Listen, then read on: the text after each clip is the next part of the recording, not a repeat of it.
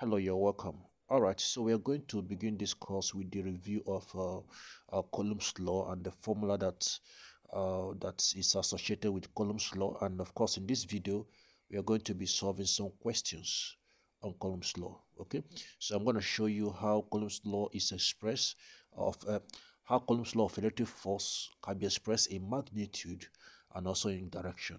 All right, so I'm very sure that you're familiar with the formula of Coulomb's law of electric force, which is giving us the electric force between two charges equal to K Q1 Q2 all over R square. Okay, so this is a very common, of course, formula which I'm sure in your level 100, this formula was treated in second semester physics. Okay, and of course even in for the electrical engineering student, this formula too was treated in basic electrical engineering. So it's a very common formula, but I can still illustrate that. So this formula is a formula, okay, that is used to express the electric force between two charges Q1 and Q2. All right, so Q1 and Q2 are two different charges, and R is the distance between those two charges. So according to Coulomb's law, the force between two charges, force of attraction or repulsion between two charges, is directly proportional to the product of the charge and inversely proportional to the square of the distance apart. So this is just the formula of Coulomb's law, all right? And this particular expression actually is Coulomb's law of electric force that is expressed in magnitude, right? So if you want to calculate the magnitude of electric force between two charges, this is what you use. Okay, so of course the K is constant, the electric force constant, which is 9 times 10 raised to the power of 9 Newton meter square per Coulomb square. All right, so now I'm not going to emphasize on this. Now I'm very sure calculating question on this is not going to be a problem. But let's look at how we can express uh, this electric force in terms of direction. So that is where we now bring in what is known as unit vector. So what is unit vector? So now we have two charges, all right? Two charges located at different positions from the origin. Okay, so let's say we have charge Q1 located at the position with the coordinate x1, okay, y1, z1 from the origin, and I have the second charge Q2 then with the position, which of course is x2, y2, then z2 from the origin. So now this position vectors, this position, all right, will help me actually include direction in Coulomb's law. How does it help me? All right, so now this is the initial position of the charge Q1. All right, of this is the initial position, which of course is the position of the charge Q1. So I will use this the vector, the position vector R1 to represent that. So R1 actually is talking about the position vector of Q1. All right, then of course R2 is the position vector of Q2. So now, of course, we know that the distance, we still have the distance between the two charge. All right, we use R. R represent the distance, of course, between the two charge. Okay, so that simply means that R here is the magnitude of the difference between the two positions, R2 and R1. So now, how do we now express the unit vector of the force? The unit vector in the direction of the force, okay? Okay, so that's written, okay, as R. Of course, it's giving us the difference between the two position vectors, R2 minus R1. then divided by the distance or the magnitude between those two position vectors. And the distance, of course, is r.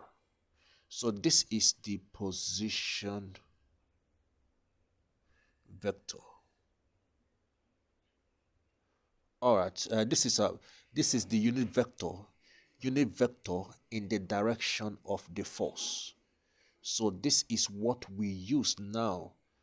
We actually add this or attach this to the Coulomb's law in order to express the force in direction and in magnitude. So how do we do that? So invariably, okay, that simply means that from Coulomb's law, the force is going to be equal to K, Q1, Q2, of course, divided by r squared. This is the magnitude. So for us to express it in direction, we have to multiply by the unit vector r. Okay, which of course is given as if you write it in full, that is K Q1 Q2 all over r square. Then of course multiply by the unit vector r, which we have seen is position vector r2 minus position vector r1, then divided by r. So putting this together now, we can see r squared multiplied by r will give r cubed. So that's where we now have K, Q1, Q2, okay, position vector r2 minus position vector r1, then all divided by r cubed.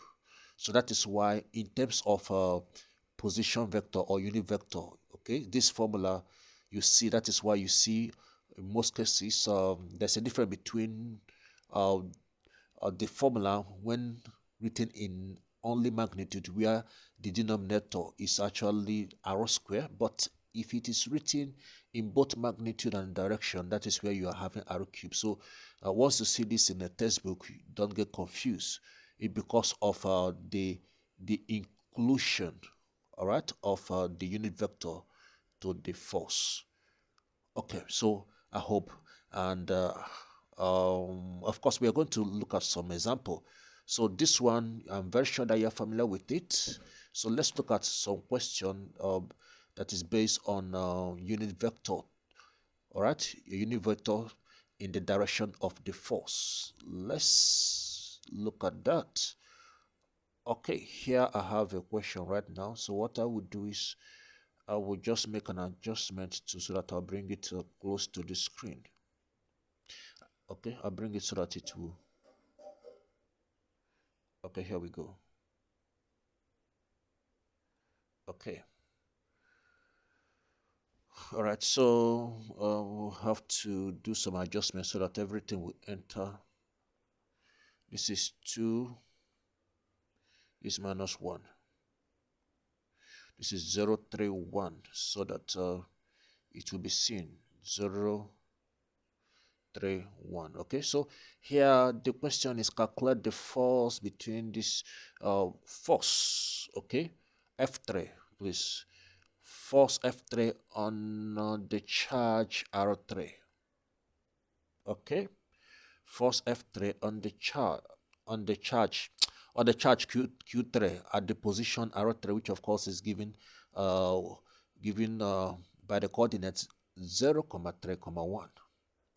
Okay, and there are two charges around this charge Q3. That is charge Q1, which of course is 1 microcoulombs, all right, and charge Q2, which is minus 2 microcoulombs, and their position respectively. R1 is 3, 2, minus 1, and root 2, which of course is the position of charge Q2, is minus 1, then 4.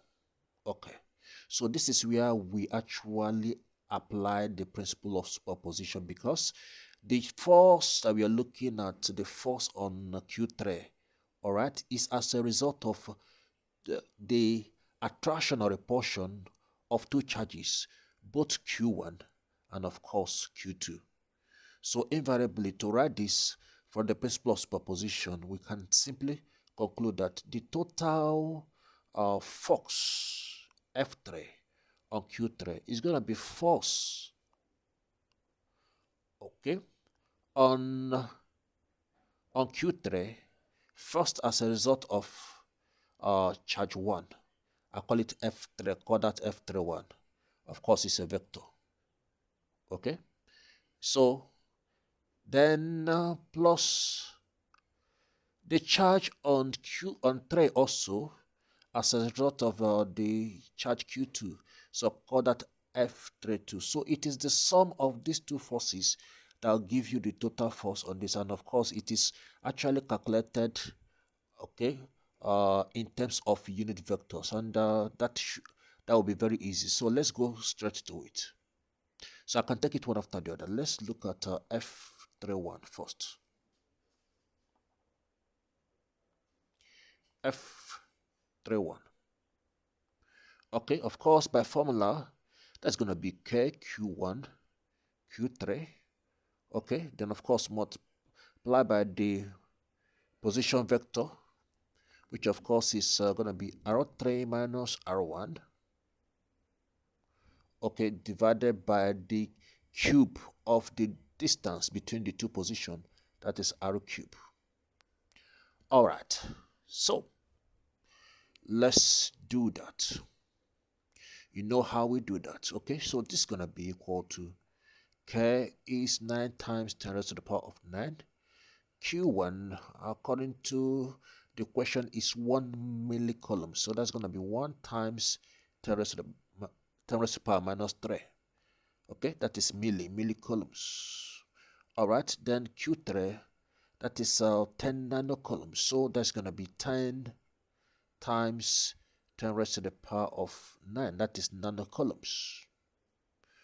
All right. Then the difference, the difference between the two positions. So we can just do the difference for each of the coordinates. Okay, that is that's going to be x. For x, that's going to be x3 minus x1. For y, y3 minus y1.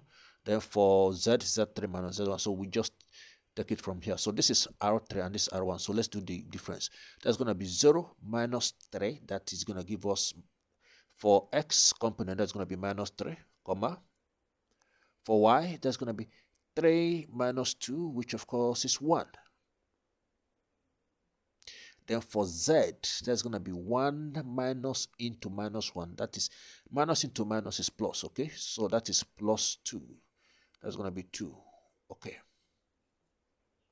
Then divided by the distance. How do we calculate this, the distance of this position, okay? The distance between these two positions is just to find the magnitude of this. That's all. That is, don't forget, it's going to be the square root of the x, okay? The increment in s square, which of course is minus 3 square. The increment in y square, 1 square, and the increment. So invariably, that's going to be minus 3 square plus 1 square, then plus 2 square. That is how you calculate magnitude or distance in vectors, okay? Don't forget that. All right, so let's do this. So this is going to be equal to, okay, so this is 9 times 10, which is 90. All right, of course, 10 raised to power 9 times 10 raised to power minus 9, that's going to be 10 raised to power 0, which is 1. So I'm having just 90. Okay, then of course times 10 raised to the power of minus 3. So let's work on this. This is 9 minus 3 square is 9 plus 1, that is 10. Okay, then plus 4, that is 14. So I'm having the square root of 14. So I can just do that with a calculator to find the approximate value. So this is 14. I'll find the square root. So that is approximately 3.7. So what I would do is I would just directly divide 90 by 3.7. Okay. Okay, don't forget, I've forgotten something very important. I've not actually, this is just R. Okay, remember it was supposed to be R cube. I have to find the cube of it. So let me cube that. Okay, that is going to be raised to the power of 3. Please don't forget to find the cube of whatever you have as R. Okay, so that is 52.4 approximately. So what I would do, I would divide 90 by 52.4. Okay, so 1.7 approximately. So this is going to be 1.7. Don't forget that I still have times 10 raised to the power of minus 3. Okay, then into the, of course, the position minus the unit vector minus 3, 1, then of course 2. Okay, so this is how you actually you put that, then you can multiply it out, right? So multiply it out so that it will be, you can complete it. So we can multiply that out. That's going to be 1.7 multiplied by minus 3. Let's see what we have. Okay, times 3. That is minus 5.1. So I'm going to have minus 5.1, then comma, do the same. 1.7 multiplied by 1, that's 1.7. Then 1.7 multiplied by 2, 3.4. So since this is a common factor, I can just put it outside the, so that of course is going to be in Newton. Okay, but if you don't want to, you can just put it in millinewton because of 10 raised per minus 3. So if you don't want to put this 10 raised per minus 3, just, okay, express it in millinewton. Okay, so as you can see, this is different from what we normally have when we calculate force. As you can, there are 3 components showing that this force is expressed in direction, okay, because it's having the 3 components: the x component, y component, and of course the z component. All right, we go straight to F1, F32, which of course you know exactly what that's going to be. Okay, so that's going to be K, Q3, Q2, then of course R3 minus R2, all divided by R32 cube. Okay, you can actually differentiate it by just saying R32 cube, since I have, or you can just use R, but know that it's different from the other R. Okay, okay, so let's go straight.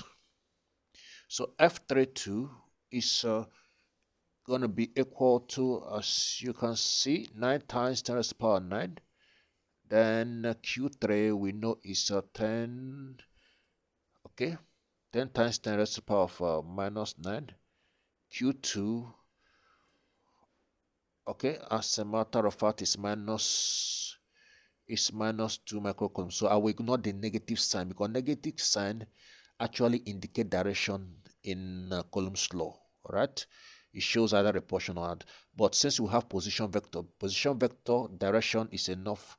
Okay, so we don't need to, because the position vector is enough to give us the direction that we're looking at. So I will just ignore that negative sign. I'll just multiply by 2. Okay, times of course 10 raised to the power of minus 3. Then our, okay, our arrow, the arrow 3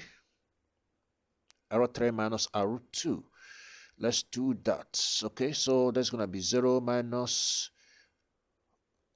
oh, okay, yes, 0 minus this arrow 2, 0 minus into minus 1, that is of course is 1 for the x component. For the y component, it's gonna be 3 minus into minus 1, that is gonna be 4.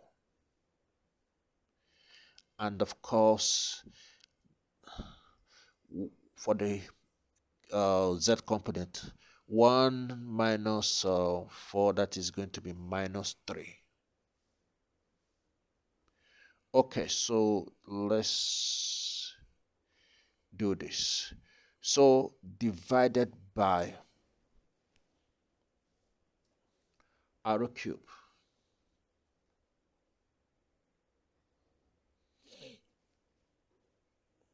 Okay, divided by arrow cube. Okay, so let's now, of course, arrow cube is just the magnitude of this. R is just the magnitude of this. That's going to be the square root of 1 square plus 4 square, then of course plus minus 3 square, all cube. Okay, so let's add up. Let's simplify. So this 1 square is of course is 1 plus 16, that's 17, then plus 9. Okay, all right, so of course 17 plus 9, 26. Okay, so then 9 times 2 here is of course 18 times 10, that's 180. So okay, so 26, first of all I have to find the square root. Square root of 26 is 5.09. Then I have to, okay, find the cube of that. That's gonna be raised to the power of 3. So that's 132. Okay, point 0.6. So I'm gonna divide 180 divided by 132.6. What do we have? That is 1.36 approximately. Okay, so 1.36.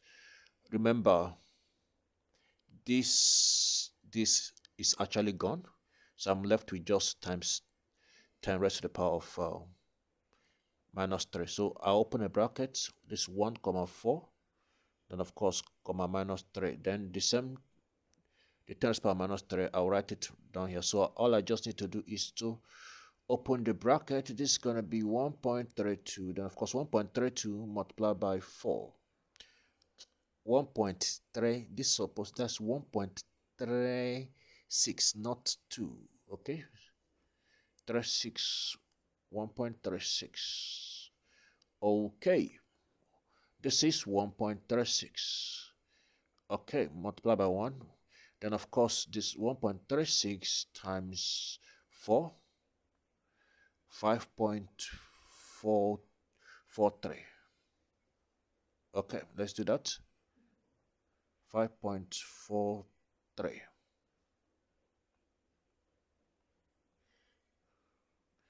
Then 1.36, 1.36, then of course multiply by minus 3. Okay, that is minus 4.08, minus 4.08.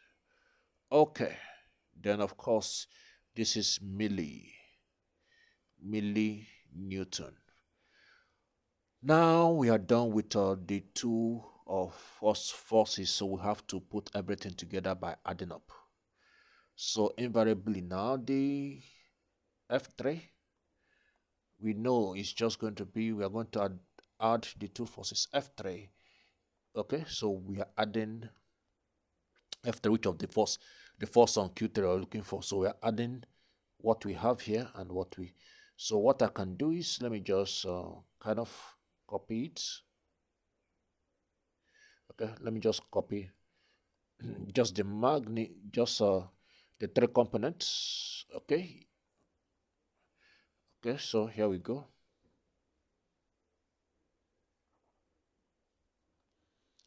Okay,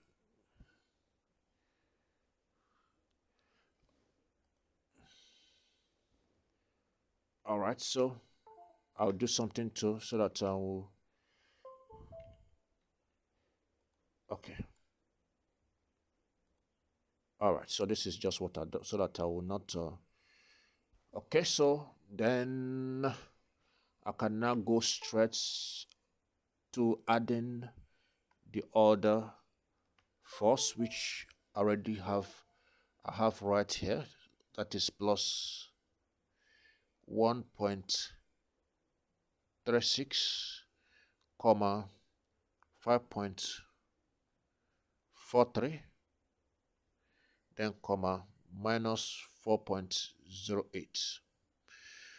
all right, so F3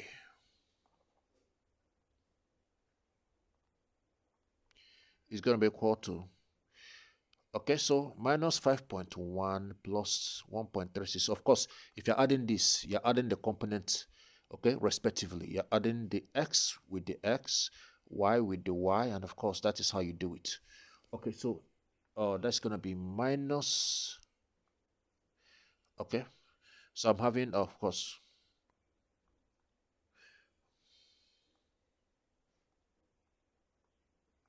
okay, so that addition is giving me minus 3.74, minus 3.74. That is for the s component. Let's do the same for the y component. 1.7, so we have 1.7 plus 5.43. 1.7 plus 5.43, 7.13.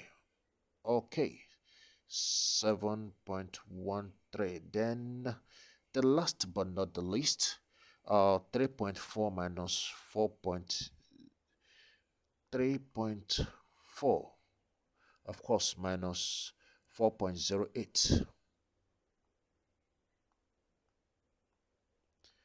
minus 0.68. That is minus, okay, 0.68.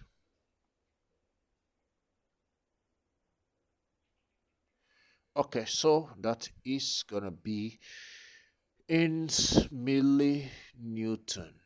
Okay, the question is, what is the significance of this uh, vector, right? That is written in this component. How do we get to know the magnitude, and how do we get to know the direction? Okay, so let me illustrate. This is more like having the three axes. Okay, the three axes, the first vertical axis. Okay, the force be split into three axes: vertical, horizontal. Okay, this is the z, this is the x, and of course this is the y. Okay, so the force is of course in between. So this is the magnitude of the force F3. So invariably, if you want to calculate from here now, you can get the magnitude. From here also you can get the direction. If you want to get the magnitude, just the same way you actually write the magnitude of vectors. Okay, you actually calculate the magnitude of vectors from the component. Of course, this also, let me also bring to your notice that this can also be written in terms of the unit vectors I, j, and k. So just in case you see it is not different. So this can also be written in this way, so that you know that it's not different. Okay, so in terms of the unit vector I, j, and k, so it is still the same. The s component is still has I units. Okay, that's going to be 3.74 for the I, okay, unit vector, then plus 7.13, this is j, okay, then of course minus 0.68k. This is how it can also be written. Okay, apart from the bracket, all right, or the angle bracket. Most textbook they call it angle bracket. Can also be written in terms of the three unit vector I, j, and k. Okay, so now the question is, how do we get magnitude out of this, the actual magnitude of the vector of the force, and how do we get the direction? So if you want to get the magnitude, of course the direction is going to be the direction of the unit vector, but if you want to get what is important, all right, the ij, okay, all right, component of course express the directional cosine, all right, but the actual magnitude of this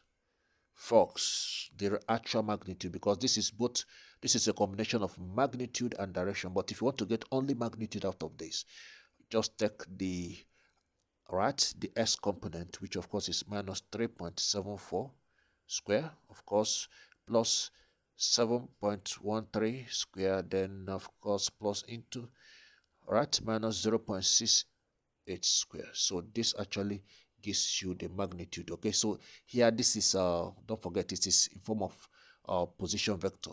Okay, so this you can actually calculate that in magnitude, but your answer should always be expressed in this format. That way you can take out, if you want to take out direction from here, you can, it is here, and of course at the same time magnitude is also can also be expressed from this answer. So I hope that is well understood. Okay. So please take note of this. You can go through it one more time as we look at more example. All right. So see you in the next video. Thank you very much.